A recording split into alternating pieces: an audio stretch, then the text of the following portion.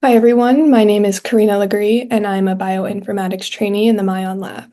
This summer, I've been working on a project to benchmark L1000 consensus signature querying methods. I'll begin with an introduction to the LINCS L1000 data. The L1000 assay is a low-cost, high-throughput gene expression assay, and the cost is kept low by using a reduced representation of the transcriptome. The results are comparable to those from microarrays and RNA-seq, which are more expensive methods for gene expression profiling.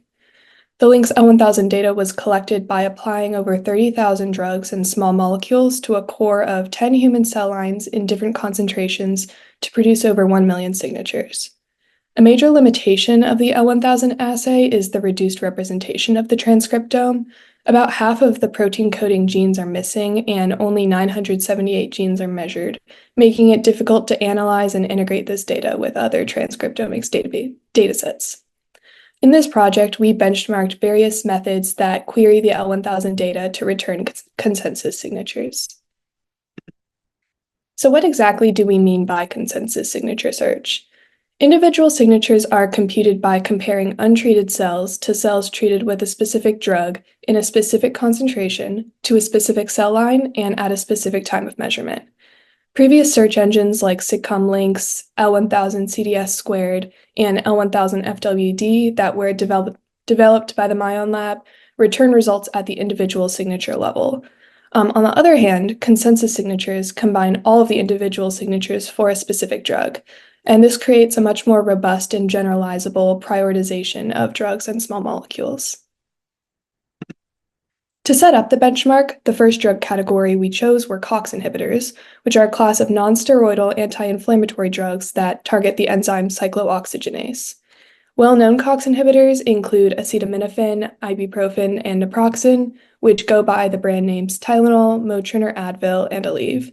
And the L1000 database has 80 COX inhibitors and over 10,000 COX inhibitor signatures. We also used HDAC inhibitors for the benchmarking analysis, and these are a class of drugs that inhibit histone deacetylase and are often used for treatments of cancers and parasitic and inflammatory diseases. Vorinostat, romidepsin, panobinostat, tuzadinostat, and belinostat are FDA-approved HDAC inhibitors used to treat blood cancers, and in the L1000 data, there are 33 HDAC inhibitors and over 10,000 signatures. To query the L1000 data with COX and HDAC-related gene sets, we queried the RemGeo database metadata with COX and HDAC inhibitor-related terms. RemGeo, a recent resource developed by the Myon lab, has thousands of gene expression signatures extracted from human and mouse RNA-seq studies in Geo. We use the metadata and PubMed search features in RemGeo to collect around 350 gene sets for each drug class for this analysis. After collecting these gene sets, we queried them against the L1000 data, and for this we used SIGCOMM-LINCS, a web-based search engine with over 1 million gene expression signatures. SIGCOMM-LINCS returns ranked mimickers and reversers given up and down gene sets, and we submitted the up and down COX and HDAC inhibitor gene sets from Geo to SIGCOMM-LINCS to perform signature search. And as I mentioned before, the results from SIGCOMM-LINCS are individual signatures, not consensus. To compute consensus signatures, members of the Myon lab developed 3 approaches: the Kolmogorov-Smirnov test, the Fisher's exact test, and the Mann-Whitney U-test. The KS test is used to test whether data came from a reference probability distribution, and in order to do this, the cumulative distribution function of the sample data and the reference distribution are plotted together. The maximum distance between these two curves are calculated and defined as the KS score, and for our project, we tested how COX and HDAC inhibitors are ranked against normal and uniform distributions. The next test that can be used to compute consensus signatures was the Fisher's exact test. The Fisher's exact test determines if the genes in our input set are overrepresented in the L1000 consensus signatures. And in order to perform this test, we had to convert the L1000 signatures into gene sets by sorting the genes for each drug by their average characteristic direction coefficients and taking the top and bottom 200 genes. The third method is the Mann-Whitney U-test, a non-parametric test used to determine if 2 ranks are significantly different from one another. So looking at the ranks of the COX and HDAC inhibitors in the returned results, we looked at how much these ranks differed from what would be expected if these drugs were randomly distributed. After running all of our tests on our COX and HDAC inhibitor gene sets, we used the p-values from these 3 tests to rank about 12,000 drugs from the Link's L1000 database.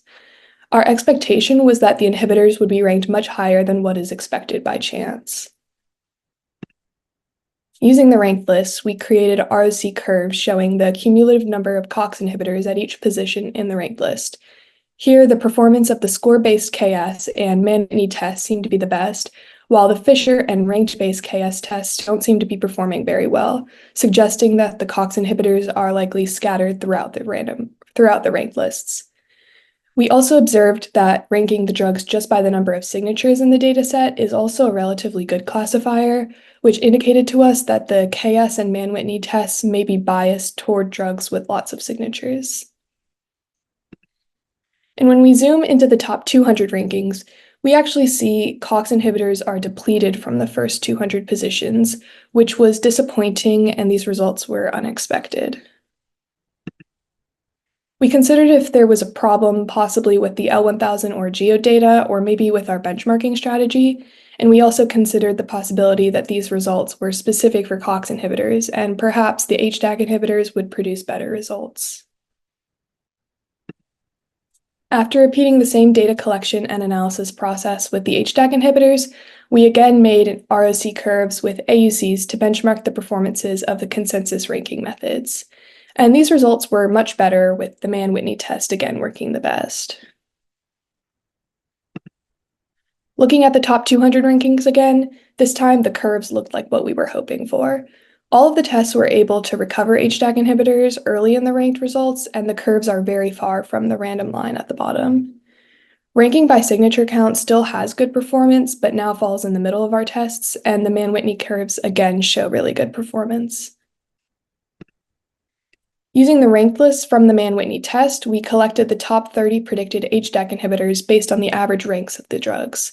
And out of these 30 drugs, 5 of them are FDA approved, and SB 939, which is highlighted in red, is the only drug that's already a known HDAC inhibitor.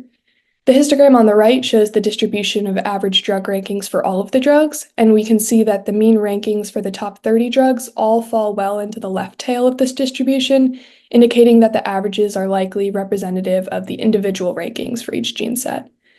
And this list of drugs likely contains novel HDAC inhibitors, so the next step would be to test these compounds for HDAC inhibiting activity in wet lab experiments. We can also look at the drugs at the end of our lists as candidates for new histone acetyltransferase, or HAT inhibitors, which essentially perform the opposite function of HDAC inhibitors. And out of these top 30 predicted HAT inhibitors, 5 of them are FDA approved, and none of them are already known to be HAT inhibitors. Finally, these UMAPs show where the COX and HDAC inhibitor signatures fall in the L1000 chemical perturbation signature space. In the COX inhibitor plot on the left, the lower right corner highlighted in red only has about 6% of COX inhibitor signatures. Meanwhile, in the HDAC inhibitor plot on the right, 26% of the HDAC signatures are in the area in the lower left. The HDAC inhibitor signatures cluster together much more than the COX signatures, indicating that they're more predictable than the COX inhibitors, as we confirmed from our analysis. In terms of moving forward, we can increase the number of gene sets or types of drug categories used in the benchmark for more generalizable conclusions, and future research can look into experimentally validating the potential COX, HDAC, and HAT inhibitor candidates. This would also require validating Rummagio's labeling of control and perturbed gene sets before continuing with any serious consideration of these candidates.